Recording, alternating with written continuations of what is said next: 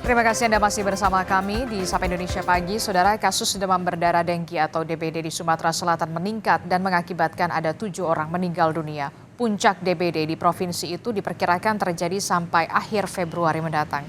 Kasus demam berdarah dengki atau DBD Sumatera Selatan meningkat sejak Januari 2024 mencapai 754 penderita. 7 orang yang merupakan kelompok usia 5-15 tahun dinyatakan meninggal dunia, meliputi 3 penderita di Kota Palembang, 2 penderita di Kabupaten Banyuasin, dan 2 penderita di Kabupaten Ogan Komering Ulu Selatan. Dinas Kesehatan Sumatera Selatan menerangkan peningkatan jumlah kasus DBD ini dipicu banyaknya tempat penampungan air pasca kemarau beberapa waktu yang lalu yang menjadi tempat nyamuk Aedes aegypti berkembang biak, ditambah lagi faktor musim hujan saat ini yang menyebabkan banjir. Masyarakat diminta untuk melakukan pemberantasan sarang nyamuk di tempat tinggal mereka masing-masing.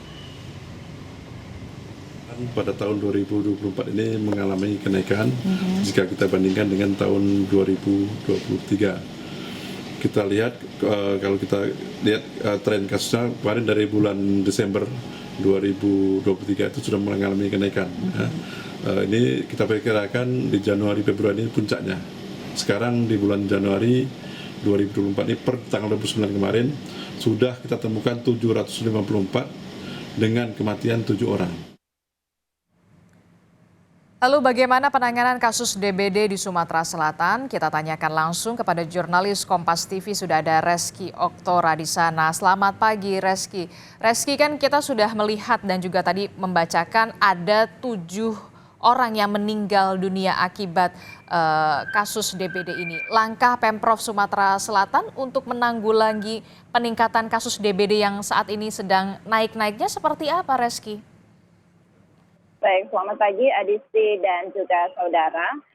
Melalui Dinas Kesehatan Sumatera Selatan, upaya yang dilakukan untuk penanganan DBD di Sumatera Selatan ini Pemprov sudah gencar mendistribusikan obat untuk pemberantasan nyamuk Aedes aegypti dan juga jentiknya ini berupa larvasida dan insektisida ke tiap kabupaten kota, khususnya ini pasca terdampak banjir yang mengakibatkan peningkatan jumlah kasus demam berdarah di Sumatera Selatan ini. Dan juga ini gencar melakukan fogging di permukiman warga, terutama ini di Kota Palembang. Dan juga ada kabupaten kota ini diminta untuk menyiapkan RDT atau pemeriksaan dini bagi masyarakat yang bergejala agar nantinya dapat mendapat penanganan yang lebih cepat untuk menekan ataupun meminimalisir angka kematian. Dan juga saat ini sejumlah rumah sakit sudah dipersiapkan di tiap kabupaten kota untuk pelonjakan daripada kasus demam berdarah dengki ini.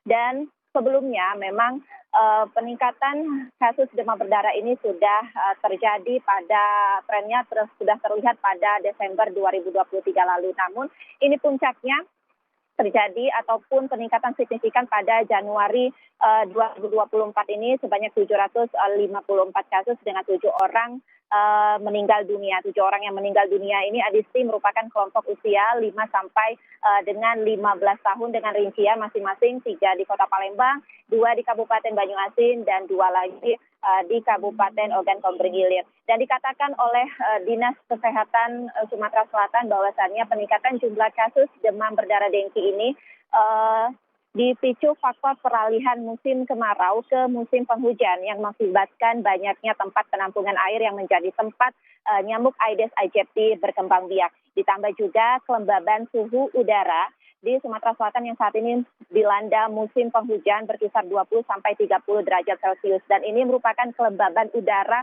untuk idealnya nyamuk Aedes aegypti berkembang biak. Dan juga ditambah dengan faktor banjir yang terjadi di Sumatera Selatan. Adisti. Oke, jadi saat ini pemerintah Provinsi Sumatera Selatan gencar untuk melakukan fogging untuk mencegah kemudian terjadinya peningkatan kasus DBD. Nah, dari data yang Anda punya, daerah mana saja yang kemudian paling signifikan terjadi peningkatan kasus DBD, khususnya di Sumatera Selatan, Reski? Ya, untuk kasus DBD di Sumatera Selatan ini yang paling terbanyak ada di Kota Palembang sebanyak 131 penderita disusul Kabupaten Musi Banyu Asin sebanyak 105 penderita dan Kabupaten Ogan Ilir sebanyak 99 penderita. Warga masyarakat diimbau untuk waspada dengan melakukan upaya pemberantasan sarang nyamuk di lingkungan tempat tinggal mereka masing-masing. Menyusul, Dinkes Sumsel memprediksi lonjakan ataupun peningkatan jumlah kasus DBD ini masih akan terjadi sampai akhir Februari nanti, menyusul ataupun bersamaan dengan puncak musim penghujan di Sumatera Selatan.